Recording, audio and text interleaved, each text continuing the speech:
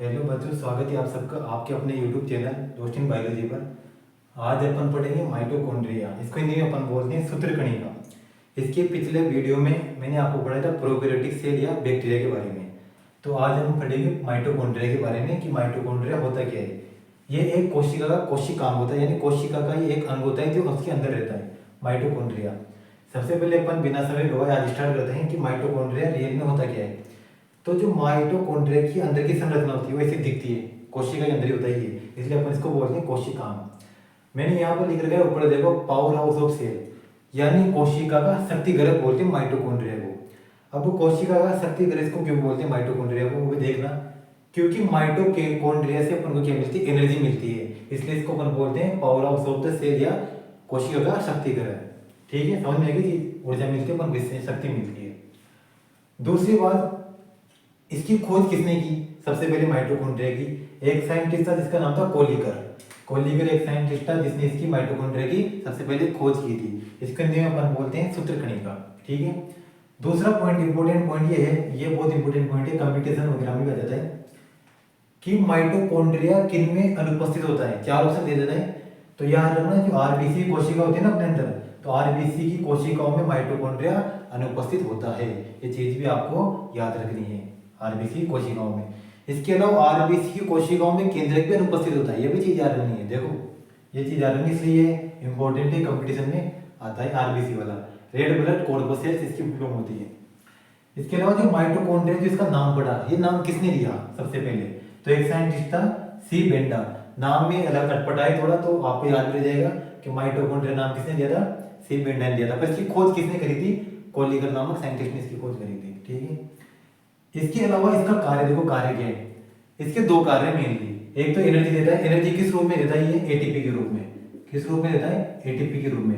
ATP अपने अंदर ऊर्जा की एक इकाई होती है, जैसे कैलोरी वगैरह होती है ना, वैसे एक एटीपी भी होती है। एटीपी की फुल फॉर्म होती है एडिनोसिन ट्राइफॉस्फेट। इसकी फुल फॉर्म है, तीन फॉस्फेट होते हैं इसके अंदर, ट्राइफॉस्फेट, तीन फॉस्फेट। तो ये एक ऊर्जा की इकाई होती है अपने अंदर, जो अपन को कहां से मिलती है ऊर्जा? माइटोकॉन्ड्रिया से मिलती है। ये चीज याद रखनी है। इसके अलावा अपने श्वसन की जो क्रिया कंप्लीट होती है ना, वो भी माइटोकॉन्ड्रिया के अंदर होती है। तो देखो दो कार्य हो गए, एक तो एनर्जी देने का और एक रेस्पिरेशन या श्वसन का। इसके अलावा अपन ने देखा था कि ये माइटोकॉन्ड्रिया मेनली किसके अंदर पाया जाता है? यूकैरियोटिक कोशिका के अंदर। दो प्रकार की कोशिका पाई जाती है, एक तो प्रोकैरियोटिक कोशिका और एक यूकैरियोटिक कोशिका। प्रोकैरियोटिक कोशिका अपन ने पिछले वीडियो में इसको कंप्लीट किया था। जो बैक्टीरिया होता है, बैक्टीरिया के अंदर माइटोकॉन्ड्रिया नहीं पाया जाता है। माइटोकॉन्ड्रिया के अंदर उसके अंदर क्या पाया जा रहा था? मीजोसोम। जिसने भी पिछला वीडियो देखा वो जाके देख लेना, उसमें एक संरचना थी कुंडली संरचना, आपको याद हो तो, अगर आपने देखा हो तो पिछला वीडियो। मीजोसोम, वो मीजोसोम वहां पर रेस्पिरेशन का और एटीपी बनाने का कार्य करता था। किसके अंदर? प्रोकैरियोटिक कोशिकाओं के अंदर या बैक्टीरिया के अंदर, क्योंकि वहां पर माइटोकॉन्ड्रिया नहीं पाया जाता, एब्सेंट होता है। ठीक है। और अपने अंदर क्या पाया जाता है? माइटोकॉन्ड्रिया पाया जाता है। ठीक है। अब आगे देखो, तो इसकी संरचना का अपन अध्ययन करते हैं, होता कैसा है देखना। इसके पास दो लेयर होती है, दो लेयर यानी दो झिल्ली युक्त होता है। दो झिल्लियां पाई जाती है, एक तो आउटर माइटोकॉन्ड्रियल मेम्ब्रेन यानी बाहरी झिल्ली, और एक इनर माइटोकॉन्ड्रियल मेम्ब्रेन यानी आंतरिक झिल्ली। दो झिल्लियां पाई जाती है। ठीक है। जो इनर माइटोकॉन्ड्रियल मेम्ब्रेन है, ये आगे जाकर देखो उंगली नुमा संरचना बना रही है, उंगली नुमा संरचना। अपनी उंगली होती है ऐसी, तो ये उंगली नुमा संरचना बना रही है। देखो इसको, इन उंगली नुमा संरचना को बोलते हैं क्रिस्टी। क्या बोलते हैं? क्रिस्टी बोला जाता है इनको, क्रिस्टी, ये उंगली नुमा संरचना। ठीक है। अब ये क्रिस्टी के देखो नीचे की साइड क्या लगी हुई है, ये देखो, ये इनको बोलते हैं अपन क्या? ये देखो F1 पार्टिकल, इनको बोलते हैं अपन F1 पार्टिकल, या इसका दूसरा नाम है ऑक्सीसोम। बहुत इंपॉर्टेंट पार्ट है ये भी, इसका कार्य देखना भी क्या है। इंपॉर्टेंट पार्ट इसलिए क्योंकि जो एटीपी बनाने का कार्य होता है ना, सारा एटीपी ऊर्जा बनाने का कार्य, वो सब कुछ इसके अंदर होता है, F1 पार्टिकल के अंदर। जो भी श्वसन से जो ऊर्जा बन रही है, वो सारी ऊर्जा कौन करता है बनाने का कार्य?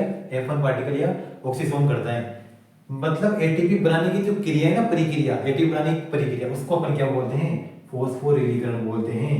याद रखना ये चीज कि जो एटीपी बनाने की प्रक्रिया है ना, ऑक्सीजन की उपस्थिति में एटीपी बनाने की प्रक्रिया, उसको अपन क्या बोलते हैं इंग्लिश में? फॉस्फोराइलेशन, और हिंदी में क्या बोलते हैं? फॉस्फोरिलीकरण। तो ये याद रखना, ये भी पूछ लेते हैं बहुत बार। फॉस्फोरिलीकरण क्या होता है? एटीपी बनाने की प्रक्रिया होती है ऑक्सीजन की उपस्थिति में। कौन बनाता है? माइटोकॉन्ड्रिया बनाता है। माइटोकॉन्ड्रिया के अंदर भी कौन सा पार्ट बनाता है? F1 पार्टिकल बनाता है। ये छोटे छोटे जो लग रहे हैं, और ये किस पे लगे होते हैं? ये क्रिस्टी जो संरचना है उंगली नुमा, उस पे लगे होते हैं। ये चीज क्लियर है? ठीक है, आगे जाते हैं। इसके अंदर एक पदार्थ भरा होता है, देखो पदार्थ। जैसे सेल कोशिका के अंदर कोशिका द्रव्य भरा होता है साइटोप्लाज्म, वैसे माइटोकॉन्ड्रिया के अंदर जो कोशिका द्रव्य की तरह एक पदार्थ भरा होता है तरल पदार्थ जो प्रोटीन युक्त होता है, प्रोटीन का बना होता है। इसको अपन बोलते हैं, देखो नाम दिख रहा है यहाँ पे, ये देखो ये इसको बोलते हैं भाई क्या, मैट्रिक्स। क्या बोलते हैं इसको, मैट्रिक्स बोलते हैं, दिख रहा होगा मैट्रिक्स इसको इस जगह। तो एम से मैट्रिक्स और एम से माइटोकॉन्ड्रिया याद रखना, मैट्रिक्स इसके अंदर भरा होता है, ठीक है। जो ये पदार्थ मैट्रिक्स भरा होता है इसके अंदर देखो एक और राइबोसोम आपको दिख रहा होगा, यहाँ देखो राइबोसोम, ये अपन ने प्रोकैरियोटिक कोशिका अंदर ही पढ़ा था, वहां पर भी 70 टाइप का राइबोसोम पढ़ा था, और यहाँ पर भी कौन से टाइप का राइबोसोम पाया जाता है, 70 टाइप का राइबोसोम पाया जाता है। और राइबोसोम का कार्य मैंने आपको वहां भी बताया था कि राइबोसोम का कार्य क्या होता है, मेनली प्रोटीन बनाने का। क्या होता है, प्रोटीन बनाने का, क्योंकि अपनी बॉडी को बहुत ज्यादा प्रोटीन की भी आवश्यकता होती है, इस वजह से प्रोटीन बनाने का कार्य किसका होता है, राइबोसोम का होता है। अच्छा, इस चीज में कभी तो मत होना कि जो अपनी यूकेरियोटिक कोशिकाएं यानी अपने अपने अंदर कौन सी कोशिका पाई जाती है, मेनली यूकेरियोटिक कोशिकाएं जो ज्यादा विकसित होती है, इसके अंदर भी एक राइबोसोम पाया जाता है। वो कौन से टाइप का होता है, वो होता है 80S टाइप का, ये भी याद रखना। और जो माइटोकॉन्ड्रिया है, माइटोकॉन्ड्रिया इसके अंदर भी राइबोसोम पाया जाता है, पर ये कौन से टाइप का है, ये 70 टाइप का। दोनों में कंप्लीट होता ना, यूकेरियोटिक कोशिका के अंदर तो जो कोशिका के रूप में राइबोसोम है वो तो 80 टाइप का होता है, और माइटोकॉन्ड्रिया के पास खुद का भी राइबोसोम होता है, वो कौन से टाइप का होता है, 70 राइबोसोम का। ये भी कंप्लीट होता ना, ठीक है। और प्रोकैरियोटिक कोशिका के अंदर भी कौन सा राइबोसोम पाया जाता है, 70 टाइप का राइबोसोम पाया जाता है। इसके अलावा इसका खुद का डीएनए भी है, जिसको अपन क्या बोलते हैं, माइटोकॉन्ड्रियल डीएनए, यानी खुद का डीएनए भी है, यानी एक तरीके से कोशिका की तरह ही है। देखो इसके पास खुद की कोशिका भी है, समझ रहे हो तुम। तो ये चीज तो माइटोकॉन्ड्रियल डीएनए इसके पास खुद का है। राइबोसोम का कार्य है ये प्रोटीन बनाने का, और प्रोटेक्शन करने का कार्य कौन करते हैं, आउटर माइटोकॉन्ड्रियल मेम्ब्रेन और इनर माइटोकॉन्ड्रियल मेम्ब्रेन।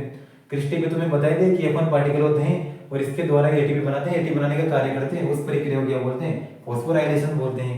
और मैट्रिक्स जिसके अंदर पदार्थ होता है प्रोटीन युक्त पदार्थ, उसको अपन मैट्रिक्स बोलते हैं। तो ये सारे पार्ट किसके थे, अपने माइटोकॉन्ड्रिया के थे। तो इतना ही माइटोकॉन्ड्रिया था, दोहरी युक्त होता ही है। इसके अलावा अपन सारे एक एक करके सारे कोशिका पढ़ेंगे। इसके बाद जैसे गोल्जी का हुआ, गोल्जी बॉडी, लाइसोसोम वगैरह, ईआर, एंडोप्लाज्मिक रेटिकुलम, न्यूक्लियस वगैरह सब कुछ अपन सारी चीजें सारे कोशिका पढ़ेंगे। तो सारे किसके अंदर पाए जाते हैं, कोशिका के अंदर पाए जाते हैं, मेनली किसके अंदर, यूकेरियोटिक कोशिका के अंदर, यानी प्लांट और एनिमल सेल के अंदर। प्रोकैरियोटिक कोशिका अपन पहले पढ़ चुके हैं, तो जिसने भी वो वीडियो नहीं देखा वो जाके देख लेना, प्रोकैरियोटिक कोशिका वाला, वो उसका लिंक मैं आपको डिस्क्रिप्शन में दे दूंगा वहां पे, ठीक है। तो प्रोकैरियोटिक कोशिका वहां पे देख लेना, जो बैक्टीरिया भी इसको अपन बोलते हैं, ठीक है। तो सारे पॉइंट क्लियर होंगे आपके सारे। फिर भी इसके अलावा कोई पार्ट वगैरह में दिक्कत हो, आपको कोई चीज पूछनी हो, किसी चीज में कोई दिक्कत हो, आप कमेंट बॉक्स में नीचे कमेंट कर सकते हैं, हम जवाब देंगे आपको, ठीक है। तो ये अपना आज का माइटोकॉन्ड्रिया था। तो फिर मिलते हैं अपन नेक्स्ट वीडियो में बहुत जल्दी। और आज स्वतंत्रता दिवस है, तो आप सभी को स्वतंत्रता दिवस की हार्दिक शुभकामनाएं, ठीक है। तो अपन नेक्स्ट वीडियो में मिलते हैं बहुत जल्दी। जानते के लिए सभी अपना ध्यान रखें, ख्याल रखें। जय हिंद और जय भारत।